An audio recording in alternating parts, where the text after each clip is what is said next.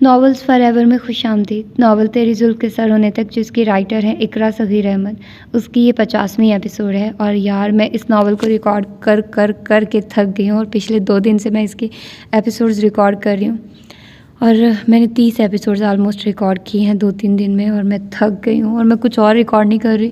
مجھے یہ کہ اس کو جلدی جلدی ختم کر دوں تاکہ سکون کے ساتھ کوئی اور ناول جو ہے نا، شارٹ ناول ساتھ میں سٹارٹ کیا کروں، ڈیلی بیسس پر آپ لوگوں کو دیا کروں، لیکن اس نے مجھے تنگ کر دیا ہے۔ تو آئیے جلدی سے سٹارٹ کرتے ہیں اس ایپیسوڈ کو بغیر کسی دیر کے۔ ان کی واپسی رضوانہ کے گھر سے بڑے خوشگوار انداز میں ہوئی تھی۔ منگنی سے فراغت کے بعد عمران اور مائدہ رضوانہ کے گھر آ گئی تھی اور ان کے اصرار پر رک گئی تھی، جبکہ وہ لوگ واپسی میں صالحہ اور مدثر کے ہاں چلے آئے تھے۔ پہلی بار یہ موقع آیا تھا کہ وہ سب وہاں آئے تھے۔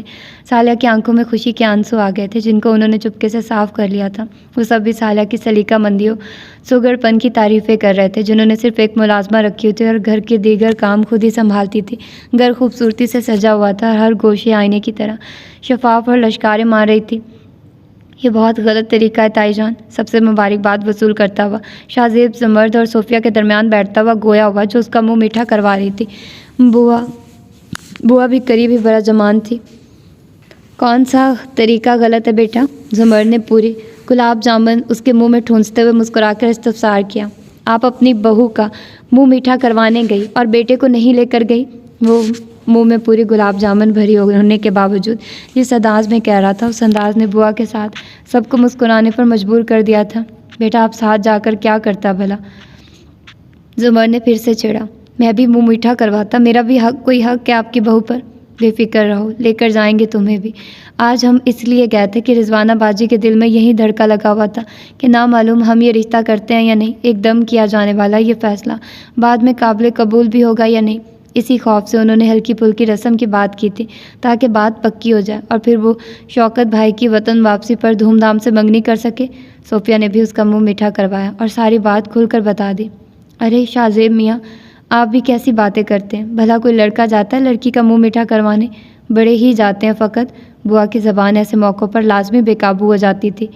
بوا ڈارلنگ، آپ بھی نامعلوم کون سی صدی کی باتیں کرتی ہیں۔ اب تو لڑکا لڑکی کورٹ میرج کر کے گھر والوں کو خبر کرتے ہیں، بلکہ کچھ تو دادی دادا بن جانے کی اطلاع دیتے ہیں۔ مدثر اور منور صاحب دوسرے کمرے میں سیاسی گفتگو میں مصروف تھے اور یہاں آزادی سے وہ بوا کو چھیڑ رہا تھا۔ لو بھلا مجھے کہہ رہے ہیں ڈارلنگ، اس بڑھیا کو جو ان کی دادی کی عمر سے بھی بڑی ہے؟ وہ بری طرح لجا کر رہ گئی۔ ڈارلنگ کیا نام نکالا ہے آپ نے بوا؟ ڈرلنگ، لوگ انگریزی کی ٹانگ توڑتے ہیں، آپ نے گردن ہی توڑ دی ہے۔ صوفیہ کھلکھلا کر ہنس دی۔ ارے صوفیہ بیٹی، تم بھی اب میرا مذاق اڑاؤ گی؟ لو میں تو مذاق کر رہی تھی، آپ خفا ہو گئی؟ بوا کھسیا کر گویا ہوئی۔ صوفیہ نے ان کے گلے میں ہاتھ ڈالتے ہوئے محبت سے کہا تو وہ فوراً نہال بھی ہو گئی۔ ارے میں اس خوشی کے موقع پر کس طرح خفا ہو سکتی ہوں اپنی بچوں سے؟ بس یہ جو ڈرلنگ لفظ ہے نا، یہ مجھے چڑھاتا ہے۔ کان کھول کر سن لیں آپ، آئندہ کبھی بھی آپ بوا کو یہ الفاظ نہیں بولیں گے جس سے ان کی دل آزاری ہوتی ہے۔ صالحہ ملازم کی ہمراہ سب کو گرین ٹی دینے کے بعد وہاں بیٹھتے ہوئے تنبیہی لہجے میں گویا ہوئی۔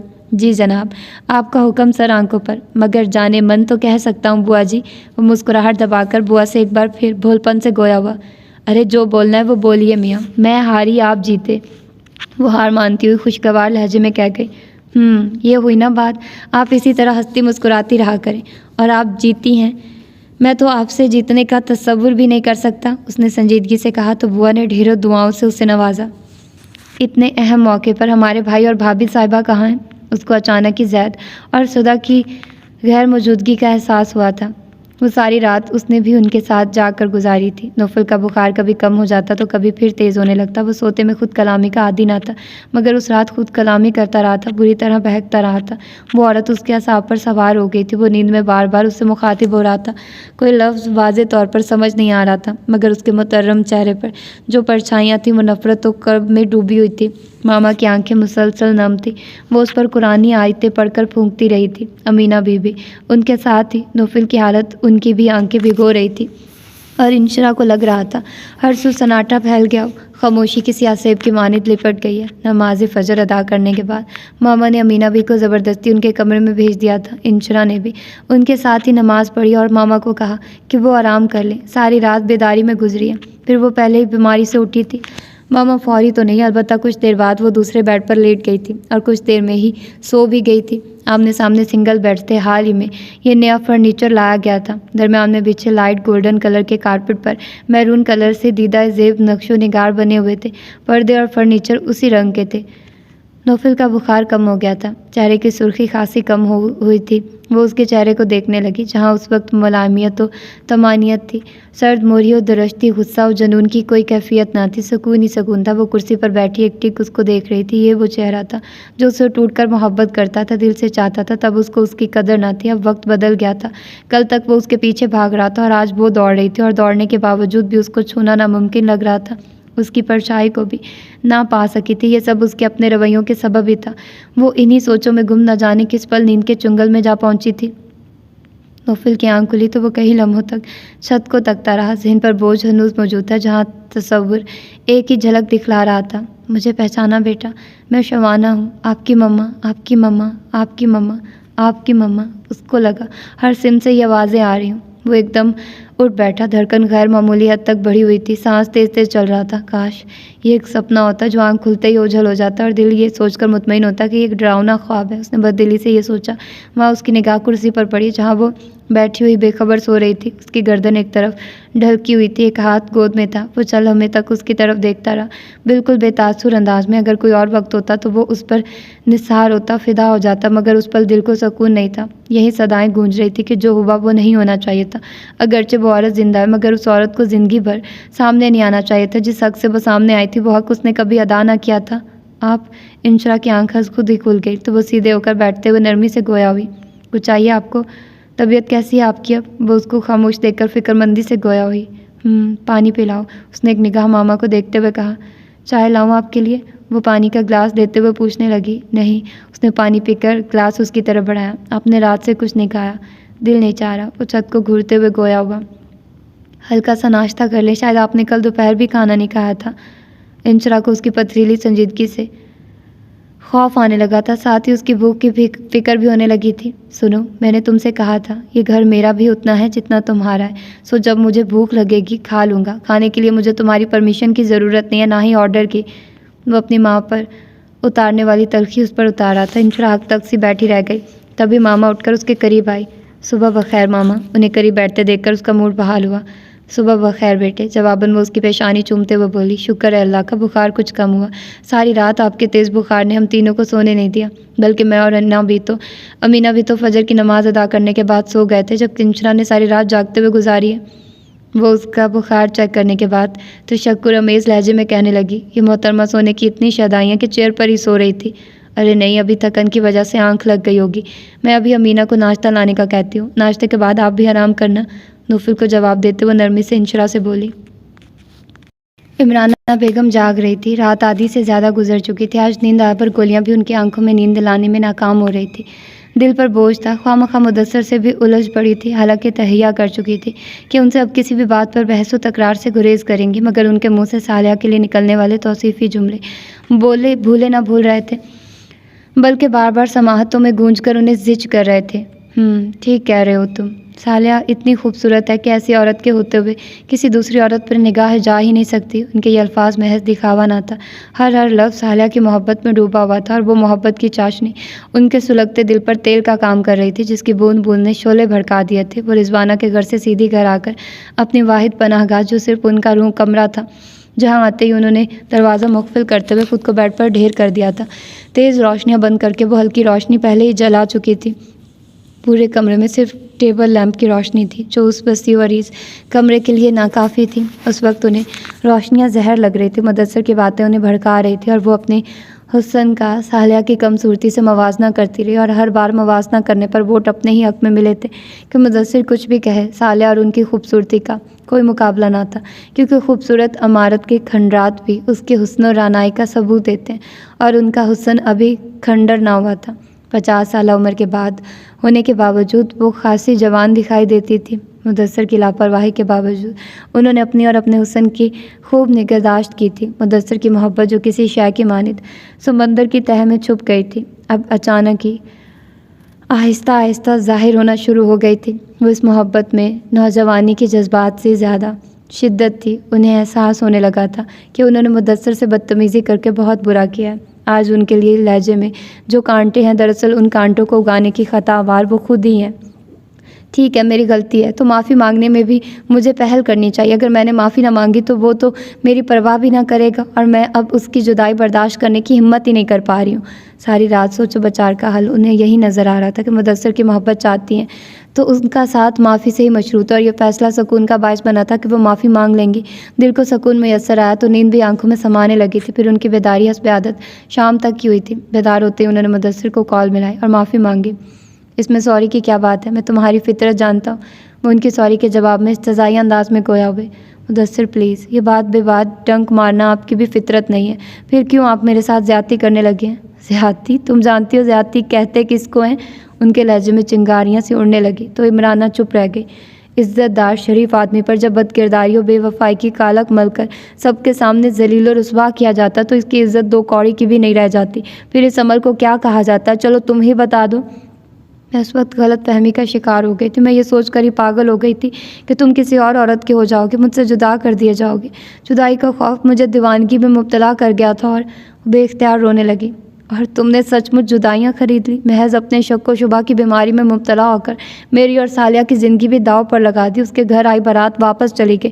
لوگوں کے طعنوں اور برے سلوک سے تنگ آ کر مجبوراً مجھے اس کا ہاتھ تھامنا پڑا تھا. مدثر صاحب نے شکستہ لہجے میں جواب دیا. عمرانہ محسوس کر رہی تھی کہ ان کی آواز بھی بھیگی ہوئی اور نم تھی.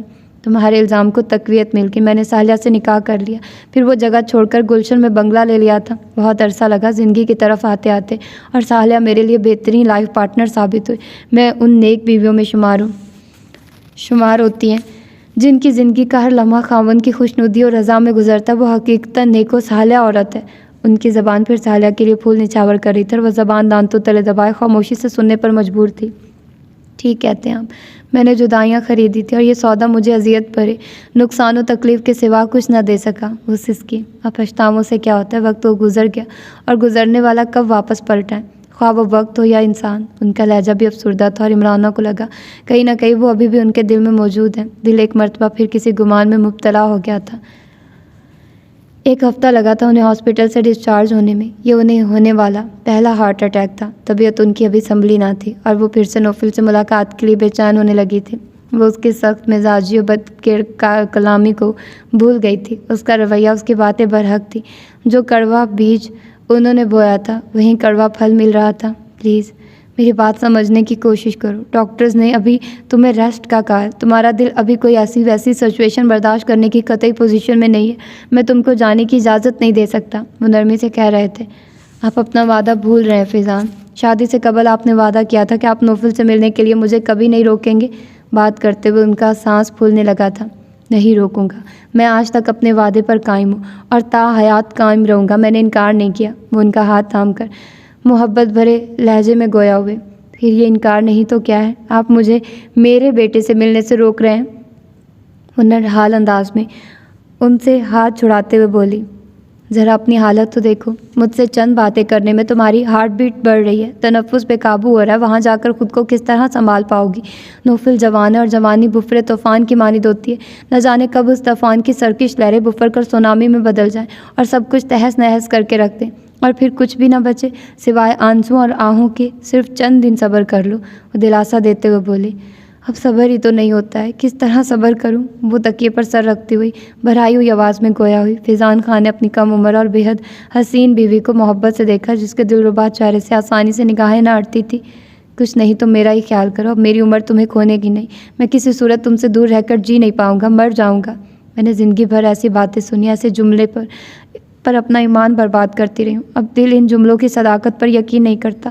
ان کے لہجے میں اکتاہٹ اور سرد مہری امڑ آئی تھی. اب میری یہ باتیں کسی مطلب اور غرض کے تحت ہیں، نہ میں محبت کو کسی غرض سے مشروط کر رہا ہوں. میں فقط اتنا جانتا ہوں، عورت کے بنا تو جنت میں بھی آدم تنہا اور ادھورے تھے. میرے سامنے محبت کی باتیں مت کیا کرے. محبت صرف ایک جال ہے جو عورت کو ٹریپ کرنے کے کام آتا ہے. ان کے لہجے میں سخت بیزاری و اکتاہٹ تھی جبکہ فیضان کے چہرے پر مسکراہٹ تھی. کوئی اور مرد ہوتا تو یقیناً جھگڑا ہو جاتا. یہ مرد کی محبت کو جھٹلا کر کوئی محبوبہ تو سکھی رہ سکتی ہے لیکن بیوی نہیں. اور یہی بات تھی کہ انہوں نے اس کو پہلے دن سے ہی محبوبہ سمجھا تھا. چلو تم آرام کرو. میں کوئی محبت کی بات نہیں کرتا، مگر تم بھی اب کوئی ضد نہیں کرو گی، اچھے بچوں کی طرح میری ہر بات مانو گی؟ فیضان نے محبت سے کہا تو وہ آنکھیں موند گئی۔ اس کا بخار دوسرے دن شام تک اتر گیا تھا، مگر اس کا موڈ ایک ہفتہ گزرنے کے بعد بھی نارمل نہیں ہوا تھا۔ ایک خاموش اداسی تھی جو اس کے وجود کا احاطہ کیے ہوئے تھی۔ اس دوران وہ اس کو بالکل نظر انداز کیے ہوئے تھا، حالانکہ کئی بار اس سے سامنا ہوا تھا۔ اس کے حکم پر ہی وہ تینوں وقت کھانے کی میز پر ہوتی تھی۔ دوپہر کے کھانے پر وہ آفس میں ہوتا، البتہ ناشتے اور رات کے کھانے پر اس کی موجودگی ضروری تھی۔ اس کے کمرے سے باہر نکلنے کا یہ فائدہ ضرور ہوا تھا کہ وہ ماما کی بے لوث اور پرخلوص شخصیت سے ضرور واقف ہو گئی تھی۔ ان کی ممتا و شفقت اس کو ان کا گرویدہ بنا گئی تھی۔ اب وہ کمرے میں تنہا رہنے سے زیادہ وقت ان کے ہمراہ گزارنے میں لطف محسوس کرتی تھی۔ بالی اور نانی سے بھی اسکائپ پر بات ہوتی رہتی۔ ان کے ویزے کا مسئلہ ابھی حل نہیں ہوا تھا۔ عاقفہ بھی واپس نہ آئی تھی۔ ہر ہفتے اس کے آنے کی اطلاعات ضرور آتی اور ہر بار کسی نہ کسی الجھن کے باعث وہ اور اس کی مما کا وہاں قیام طول پکڑ جاتا تھا۔ یونی بھی کل سے کھل رہی تھی۔ وہ تیاری کر رہی تھی جانے کی اور ماما سے گویا ہوئی کہ ڈرائیور کو صبح یونیورسٹی جانے کا کہہ دے، نوفل آفس جاتے ہوئے آپ کو ڈراپ کر دیں گے اور واپسی پر پک کر لیں گے۔ نوفل کے آفس سے پہلے یونیورسٹی پڑے گی۔ وہ نوفل کو آتے ہوئے دیکھ کر مسکرا کر گویا ہوئی، آپ شوفر کو ہی کہہ دیں، ان کے پاس ٹائم کہاں ہوگا۔ وہ نوفل کے کڑوے کریلے جیسے رویے سے خائف رہنے لگی تھی، جب بھی انکار کرنا چاہتی تھی۔ تمہیں میں نے کب کہا کہ میرے پاس ٹائم نہیں ہے؟ وہ دونوں ہاتھ سینے پر باندھے اس کے سامنے کھڑا جواب طلب کر رہا تھا۔ صاف کہو میرے ساتھ جانا نہیں چاہتی؟ عجیب اکھڑ انداز تھا۔ میرا یہ مقصد ہرگز نہیں تھا۔ وہ گھبرا کر زرکا کی طرف دیکھتے ہوئے بولی، یہی مقصد تھا تمہارا؟ کیوں جھوٹ بول رہی ہو؟ میں جھوٹ کیوں بولوں گی؟ انداز میں بے چارگی در آئی تھی۔ جھوٹ بولنا تمہاری عادت جو ہے۔ میں نے کب ایسا کہا؟ ماما کیا میں جھوٹی ہوں؟ آپ بتائیے۔ اس کی نگاہوں سے گھبرا کر وہ زرکا کے قریب آ کر گویا ہوئی، یہ غلط بات ہے بیٹا، میں نے انشی کو جھوٹ بولتے ہوئے کبھی نہیں دیکھا، نہ کبھی ایسا سنا۔ وہ فوراً ہی اس کی مدد کو آئی۔ آپ اس کو نہیں جانتی ماما، میں جانتا ہوں۔ اس کی آواز میں استزائیہ کیفیت نمایاں تھی۔ زرکا بیگم نے انشرا کو دیکھا جو بے حد شرمندہ تھی، لیکن پھر بھی خاموش کھڑی رہی۔ نوفل بیٹا، یہ آپ کس قسم کی باتیں کر رہے ہیں؟ ایسی باتیں اچھی نہیں ہوتی جو کسی کو خجالت و شرمندگی میں مبتلا کر دیں۔ میں دیکھ رہی ہوں آپ کی باتیں محض انشی کو زجر کرنے کے لیے ہوتی ہیں۔ زرکا کو لامحالہ اس کی حمایت کرنی پڑی۔ آپ خفا ہو رہی ہیں؟ وہ انہیں سنجیدہ دیکھ کر بولا۔ بات ہی خفگی کی ہے، انشرا ہماری ہونے والی بہو صحیح، مگر ابھی یہ اس گھر میں مہمان کی حیثیت سے رہ رہی ہیں، اور مہمان کے ساتھ ایسا سلوک بھلا کیوں رواں رکھا جا سکتا ہے؟ زرکا بیگم سچ مچ اس کے رویے سے نالا دکھائی دے رہی تھی۔ اوہ آئی ایم سوری ماما، آپ خفا نہ ہو پلیز، مجھے آپ کے علاوہ کسی کی پرواہ نہیں ہے۔ اس نے فوراً ہی ان کے گرد بازو حمائل کیے۔ اب تو میں خفا ہو گئی ہوں، زرکا بیگم نے سنجیدگی سے کہا۔ غیروں کی خاطر آپ مجھ سے خفا ہو رہی ہیں؟ انشرا کی طرف دیکھ کر اس نے طنز کیا۔ غیروں کی خاطر؟ انہوں نے انشرا کا دھواں دھواں چہرہ دیکھ کر خاصے غصے سے نوفل کو دیکھا۔ کل تک آپ اس بچی کی خاطر پہاڑ سے دودھ کی نہر نکالنے کو آمادہ تھے، اور آج یہ غیر ہو گئی؟ انہوں نے برہمی سے کہا۔ وہ کل کی بات تھی جب میری آنکھوں پر محبت کی پٹی بندھی ہوئی تھی، اور آج اس محبت کا کیا ہوا؟ بحث کرنا ان کی عادت نہ تھی، مگر وہ بحث کر رہی تھی۔ چلے معاف کر دے، میں اپنے الفاظ واپس لیتا ہوں۔ آج مجھے یہ لگتا ہے کہ یہ غیر نہیں بلکہ مجھ سے بھی زیادہ آپ کی محبت کی حقدار ہو گئی ہیں۔ اس کے لہجے میں دکھ سے زیادہ شدید حیرانی تھی۔ کل سے آپ ہی انشی کو پک اینڈ ڈراپ کریں گے، یہ میرا حکم ہے، سمجھ رہے ہیں آپ؟ میں کوئی ایکسکیوز نہیں سنوں گی۔ وہ کسی طور اس کی بات ماننے کو راضی نہ تھی۔ ان کو مانتے ہی بنی تھی کہ اب ایسا بھی نہیں ہو سکتا تھا کہ وہ تنہائی میں اسے کہے کہ وہ ماما کو خود انکار کر دے۔ بات ان کے سامنے آ گئی تھی، اور نہ ہی وہ ماما کو انکار کر کے ان کی دل آزاری کا سبب بننا چاہتا تھا۔ صبح ناشتے کے بعد وہ جھجکتی ہوئی اس کے پیچھے نکل آئی تھی۔ ماما کی طبیعت کچھ بہتر نہ تھی، اس لیے وہ ناشتے کے بعد اپنے کمرے میں چلی گئی تھی۔ وہ تیز تیز قدموں سے آ کر ڈرائیونگ سیٹ پر براجمان ہو گیا تھا۔ اس کے فرنٹ ڈور نہ کھولا تھا۔ اس کو بے حد عجیب سا لگا۔ پل پل نثار ہونے والا شخص ایک دم ہی بیگانہ بن جائے تو دنیا ہی بدل جاتی ہے۔ وہ سخت بد دل ہونے لگی تھی۔ ماما نے تمہاری حمایت کیا کر دی؟ تم نے تو مجھے سچ مچ ہی اپنا شوفر سمجھ لیا ہے۔ وہ اس کو پچھلا دروازہ کھولتے دیکھ کر طنزیہ بولا۔ کیا مطلب؟ اس کے انداز پر وہ حقدق ہوئی۔ مطلب یہ ہے کہ آگے بیٹھو، میں تمہارا ملازم نہیں ہوں جو میڈم ٹھاٹ سے بیٹھیں گی اور میں آگے بیٹھ کر گاڑی چلاؤں گا۔ کبھی وہ سوچتی تھی اس کے منہ میں زبان ہی نہیں ہے، جو اس کی کڑوی کسیلی سن کے بھی مسکراتا رہتا ہے، لیکن آج وقت نے پلٹا کھایا تو معلوم ہوا اس کے منہ میں تو اسدے جتنی لمبی زبان تھی۔ آپ نے فرنٹ ڈور اوپن نہیں کیا تو میں سمجھی مجھے پیچھے بیٹھنا ہے۔ وہ اس کے برابر بیٹھتے ہوئے آہستگی سے گویا ہوئی۔ میں نے کہا نا میں تمہارا شوفر نہیں ہوں جو ڈور اوپن کلوز کروں۔ اس نے رخائی سے کہتے ہوئے کار سٹارٹ کی۔ پھر سارا سفر خاموشی سے ہی کٹا تھا۔ وہ اس کو یونیورسٹی کے گیٹ کے سامنے اتار کر خاموشی سے چلا گیا تھا۔ دفتر میں وہ روزمرہ کے کاموں میں مصروف رہا تھا۔ پھر ایک میٹنگ کے بعد کافی پی کر فارغ ہوا ہی تھا کہ محمود نے ایک کارڈ لا کر اس کو دیا۔ سر یہ صاحب خاصی دیر سے آپ کا ویٹ کر رہے ہیں، ان صاحب سے اپائنٹمنٹ فکس تھا کیا؟ اس نے عجلت سے پوچھا۔ نہیں سر، لیکن یہ صاحب انکار کے باوجود ملنے پر بزید ہے، کوئی بڑے ٹرانسپورٹر ہیں، کہتے ہیں آپ کا زیادہ ٹائم نہیں لیں گے۔ اوکے بھیج دو۔ وہ کرسی سے ٹیک لگاتا ہوا گویا ہوا۔ محمود کے جانے کے بعد آسمانی رنگ کے کاٹن کے سوٹ میں ملبوس ایک ادھیڑ عمر شخص باوقار چال چلتا ہوا اندر آیا۔ رسمی الیکس لیگ کے بعد وہ ان کے مدعا بیان کرنے کا انتظار کرتے ہوئے خود ہی استفسار کرنے لگا۔ جی فرمائیے، میں آپ کی کیا مدد کر سکتا ہوں؟ میں بے حد مجبور ہو کر آپ کے پاس آیا ہوں، میری مدد صرف آپ ہی کر سکتے ہیں، اگر کرنا چاہیں تو۔ ان کی نامکمل بات اور التجا بھرے لہجے میں کوئی چونکا دینے والی بات پوشیدہ تھی۔ کون ہیں آپ اور مجھ سے کیسی ہیلپ چاہیے آپ کو؟ خیریت ہے مما، رات بھی آپ جلدی لیٹ گئی تھی، اب بھی آپ سارا دن روم سے باہر نہیں آئی؟ زید نے فکر مندی سے پوچھا۔ کوئی خاص بات نہیں، بس بدلتے موسم کے اثرات ہیں، اس لیے سستی محسوس کر رہی ہوں۔ وہ خود کو سست و کاہل کہہ رہی تھی، جبکہ زید کو ایک عرصے بعد وہ حشاش بشاش دکھائی دے رہی تھی۔ چلے میں آپ کو ڈاکٹر کے پاس لے چلتا ہوں، موسم بدل رہا ہے، اچھا ہے ابھی آپ کا چیک اپ مکمل ہو جائے گا۔ ارے بھائی، میں اتنی بھی بوڑھی نہیں ہوں کہ موسم کے اتار چڑھاؤ برداشت نہ کر سکوں اور ڈاکٹر کے پاس جاؤں، یہ چھوٹی موٹی چیزیں چلتی ہی رہتی ہیں۔ وہ مسکرائی۔ اتنی کیا، آپ تو ابھی بوڑھی ہوئی ہی نہیں ہے مما، اس نے انہیں پیار بھری نگاہوں سے دیکھتے ہوئے کہا، اور یہ بات درست تھی، وقت انہیں چھو کر بھی نہ گزرا تھا۔ آپ بتائیے ڈنر کیسا رہا؟ انجوائے کیا ہوگا خوب؟ انہوں نے زید سے پوچھا۔ جی آپ کی دعا سے بہت بہتر رہا، اس کا رویہ محتاط تھا۔ کیا سوچا تھا اور کیا ہو گیا؟ میں چاہتی تھی وہ لڑکی تمہارے قریب بھی نہ آئے، وقت نے دیکھو کیسا کھیل کھیلا میرے ساتھ، مجھے بری طرح مات دے دی، میں ہر طرف سے ہار چکی ہوں۔ وہ گہرا سانس لے کر گویا ہوئی۔ زید نے کوئی لفظ منہ سے نہیں نکالا۔ وہ کیا کہتا، ماں کی دل آزاری اس کو کسی طور بھی منظور نہ تھی، وہ کھانے پر بھی ان کے کہنے پر ہی گیا تھا۔ میں خود کو بدلنے کی کوشش کرتے کرتے تھک گئی ہوں، میں نہیں چاہتی کہ آپ کے اور سدا کے درمیان جدائی آئے، کیونکہ میں جان گئی ہوں آپ اس سے محبت کرتے ہیں، لیکن میں خود کو یہ ابھی تک باور کروانے میں ناکام ہوں کہ آپ میرے علاوہ بھی کسی اور سے محبت کر سکتے ہیں، میرے علاوہ آپ کی نظر میں کسی دوسرے کی بھی اہمیت ہے، گرچہ ہے تو یہ بے حد خود غرضی کی بات، لیکن میں خود کو بے بس محسوس کر رہی ہوں۔ میں اپنی محبت کی نوعیت کو جانتی ہوں بیٹا، جو میاں بیوی کی محبت سے یکسر مختلف و منفرد ہوتی ہے، مگر وہ بے بسی سے سر جھٹک کر رہ گئی، کوئی اپنی بات سمجھانے میں ناکام ہو رہی تھی۔ میں آپ کی فیلنگ سمجھ رہا ہوں مما، آپ کی محبت کا مجھے احساس ہے، آپ نے میری اور مائدہ کی خاطر اپنی زندگی کے سنہرے دنوں کی بھی پرواہ نہ کی، ہماری خاطر، صرف ہماری ہی بنی رہی۔ زید نے آگے بڑھ کر ان کے دونوں ہاتھ تھام لیے، وہ انہیں ہر خوف سے نکالنا چاہتا تھا۔ اپنی اولاد سے بڑھ کر کسی کی اولاد قابل قبول نہیں ہوتی، اور یہ میں بھول ہی نہیں پا رہی ہوں کہ صوفیہ اور اس کی بیٹی نے میرے بچوں کا حق مارا، مدثر نے میرے بچوں کی توجہ اور پیار سودا پر لوٹایا، اور قدرت کی ستم ظریفی دیکھیے کہ وہ اور اس کی بیٹی میرے لاڈلے بیٹے کے حقیقی حقدار بن گئی ہیں۔ یہی باتیں جب میں سوچتی ہوں تو میرا خون کھولنے لگتا ہے، یوں لگتا ہے یہ دکھ میری جان لے لے گا۔ وہ اس کے احساسات کی پرواہ نہ کرتے ہوئے اپنی دلی کیفیت سے آگاہ کر رہی تھی، پل میں تولا پل میں ماشا والی کیفیت سے عمرانہ اس وقت دو چار تھی۔ اللہ نہ کرے مما میری عمر بھی آپ کو لگ جائے، ان کی اس بات پر وہ تڑپ کر رہ گیا تھا۔ آپ کی عمر آپ کو ہی مبارک ہو، میں اپنی زندگی جی لوں، وہی بہت ہے، جو روگ لگتے ہوتے ہیں وہ لگ ہی جاتے ہیں۔ ان کے لہجے میں آزردگی تھی۔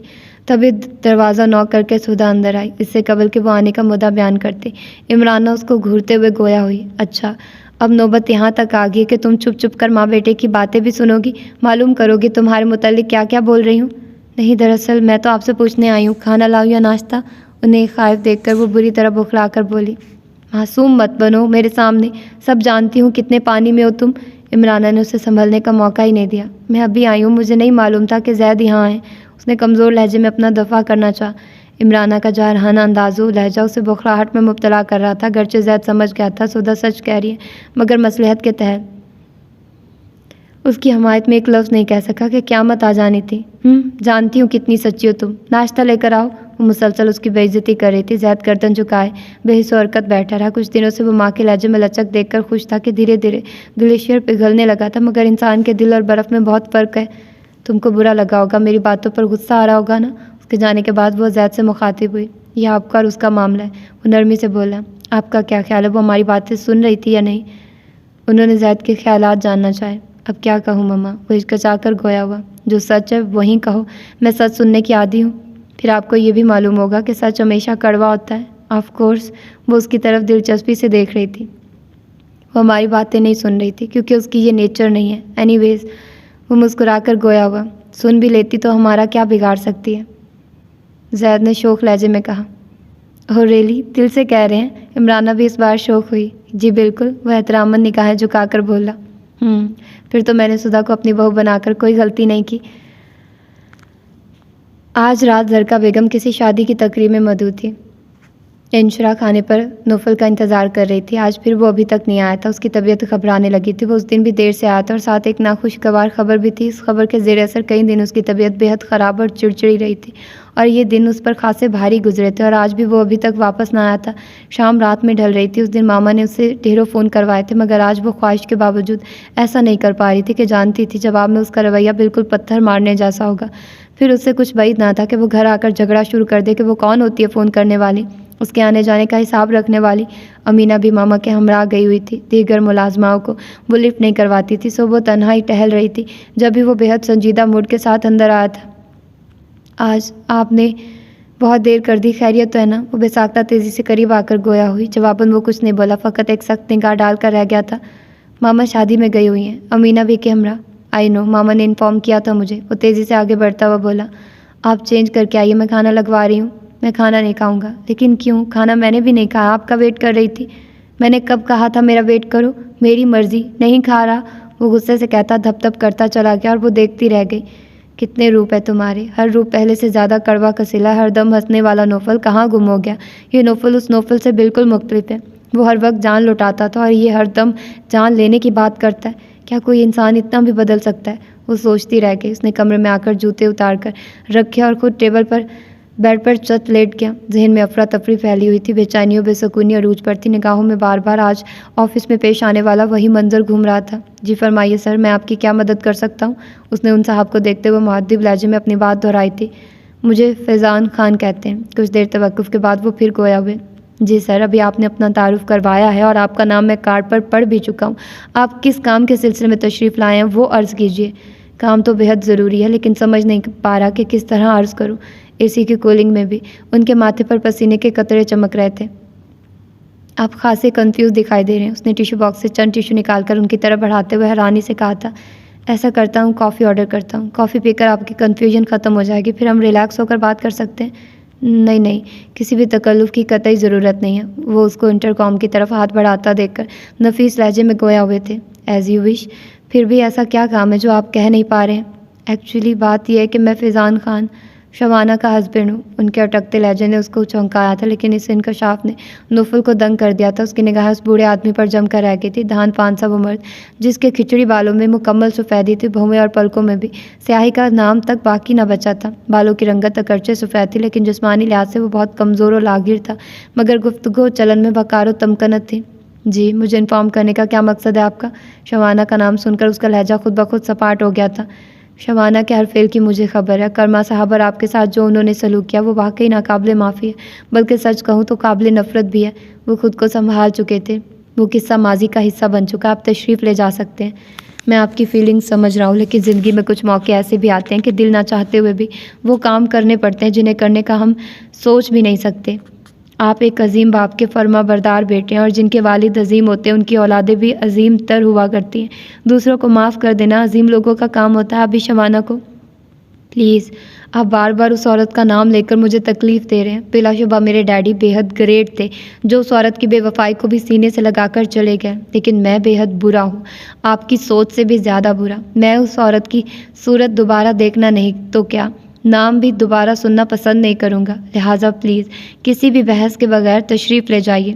اس کے لہجے میں کچھ ایسا تھا کہ فیضان نہ صرف خاموش رہے بلکہ اس کے کہنے پر چپ چاپ وہاں سے اٹھ بھی گئے تھے۔ کہاں سے آ گئی ہو تم میرے زخموں کو پھر سے ہرا کرنے کے لیے؟ کیسی ماں ہو تم؟ تمہارا کام صرف اولاد کو تکلیف و دکھ دینا ہے۔ اس کی آنکھیں پھر سے جلنے لگی تھی، دل پھر سے کرب میں مبتلا ہو گیا تھا۔ اس کو سمجھ نہیں آیا تھا مما نے وہ جملہ تعریف میں کہا تھا یا تنقید میں، کیونکہ ان کا لہجہ جذبات سے آری و سپاٹ تھا۔ پھر وہ سدھا کے وہاں آنے سے قبل ہی اٹھ گیا تھا۔ دل پر بوجھ سا آن گرا تھا۔ ان کی گفتگو نے کل کے ڈنر کی تمام تر خوشگواریت کو اضطراب میں بدل دیا تھا۔ وہ لاؤنج میں صوفے پر بے حد دم سا بیٹھا تھا، دل پر ہر طرف سے اچاٹ سا ہو گیا تھا۔ ماں سدھا اس کے لیے کافی لے کر آئی تھی۔ بلو اینڈ وائٹ بڑے بڑے پھول والی خوبصورت پرنٹ کے شرٹ ٹراؤزر میں ملبوس اور دوپٹہ سلیقے سے کندھوں پر پھیلا ہوا تھا۔ ان رنگوں میں اس کا سادہ حسن خاصا نکھرا نکھرا لگ رہا تھا۔ ایسے کیا دیکھ رہے ہیں؟ کیا ہوا ہے آپ کو؟ وہ بہت نافہم کیفیت کا شکار دکھائی دے رہا تھا۔ وہ اس کے سامنے بیٹھتی ہوئی متفکر انداز میں گویا ہوئی۔ سوچ رہا ہوں ایسا کب تک چلے گا؟ وہ بڑبڑایا۔ کیسا کب تک چلے گا؟ کیا سوچ رہے ہیں آپ؟ وہ چونک کر بولی۔ مما کا تمہارے ساتھ یہ رویہ سخت سے سخت ہوتا جا رہا ہے۔ اس کے لہجے میں فکر مندی تھی۔ آپ ایسا کیوں سوچ رہے ہیں؟ میں نے کبھی مائنڈ نہیں کیا، ممانی کی عادت ہے، وہ غصے میں ایسی ہی باتیں کرتی ہیں۔ جانتا ہوں مما کو طنزیہ باتیں اور شک کرنے کی عادت ہے، لیکن تم کب تک ایسی باتوں کو اگنور کرو گی؟ کبھی نہ کبھی عزت نفس بھی چیخ اٹھے گی، برداشت ایک نہ ایک دن ساتھ چھوڑ دے گی، اور وہ دن ہی میرے لیے قیامت بن جائے گا۔ مما اپنے آگے تمہارا بولنا برداشت نہ کر پائیں گی۔ وہ اندیشوں میں بری طرح گھرا ہوا تھا کہ اپنی ماں کی گفتگو اس کو بھی سراسر سودا کی توہین و تحقیر محسوس ہوئی تھی، گو کہ ان کی دلجوئی کی خاطر اس نے اپنی نیچر سے ہٹ کر کچھ گفتگو سودا کے خلاف بھی کی تھی، جس کا انہوں نے مضحکہ ہی اڑایا تھا۔ وہ جانتی تھی سودا اس کے دل میں ہی نہیں، روح میں بھی بستی ہے، اور یہ سب الزام تراشیاں تھیں سودا کو سنانے کے لیے، تاکہ وہ بھی اپنی ناپسندیدگی ظاہر کر سکے۔ وہ دن کبھی نہیں آئے گا کہ میں ممانی سے بدتمیزی و بدزبانی کروں۔ آپ کے حوالے سے وہ مجھے اور بھی عزیز ہو گئی ہیں۔ کیا ہوا اگر وہ مجھے برا بھلا کہتی ہیں؟ آپ کی خاطر مجھے سب منظور ہے، وہ اعتماد سے کہہ گئی۔ تو میری خاطر سب بھگت رہی ہو، اور ایک میں ہوں جو تمہیں تمہارے حصے کی عزت بھی نہیں دلا پا رہا۔ بہت کمزور ہوں میں، شرمندگی ہو رہی ہے مجھے۔ زہد کے لہجے میں بہت اضطراب تھا۔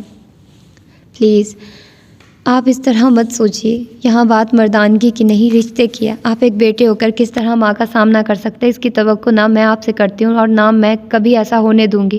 وہ اس وقت اپنی عمر سے بھی بڑی باتیں کر رہی تھی۔ بہت کھرا اور پرخلوص لہجہ تھا اس کا، بالکل شبنم کے قطروں کی مانند شفاف و معطر۔ آپ کافی پئیں، ٹھنڈی ہو جائے گی، اس نے کپ اس کے آگے سرکاتے ہوئے کہا۔ اس کے انداز پر وہ ہلکا پھلکا ہو کر مسکرا دیا۔ بہت باتیں بنانی آ گئی ہیں تمہیں، وہ کپ اٹھاتے ہوئے مسکرا کر بولا۔ جی آپ سے ہی سیکھی ہیں، وہ شوخی سے مسکرائی اور دروازے کے باہر کھڑی عمرانہ ان کی گفتگو سن کر دم بخود رہ گئی تھی۔ عمرانہ کو پھر بھی شرم نہیں آ رہی کہ اتنا کچھ سن لیتی ہے، پھر بھی اس کو عقل نہیں آتی۔ پتہ نہیں کتنی عجیب عورت ہے، اور یار اس میں کچھ کبھی نہ کبھی ویسے جھول ہے ہوتا ہے ناول میں۔ مطلب سم ٹائمز میں نے دیکھا ہے کہ بہت ساری چیزیں پتہ بھی ہوتی ہیں، لیکن دوسرے سین میں وہ ایسے پریٹینڈ ہو رہی ہوتی ہیں کہ اچھا وہ بات تو ہوئی ہی نہیں ہے۔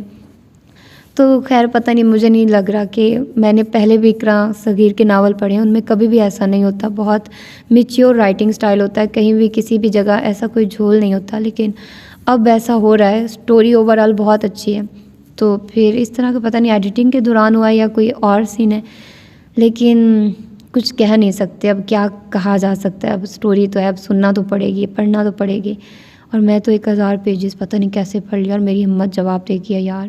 اور میرے کچھ دنوں تک فائنل ہے، میں چاہ رہی ہوں کہ ان سے پہلے میں کافی ناولز ریکارڈ کر لوں، تو اسی لیے میں اتنا زیادہ ٹائم دے رہی ہوں اس کو، لیکن یہ ختم ہونے کا نام ہی نہیں لے رہے۔ تو پھر ملتے ہیں اس کی اگلی ایپیسوڈ میں، اپنا ڈھیر سارا خیال رکھیے گا، اللہ حافظ۔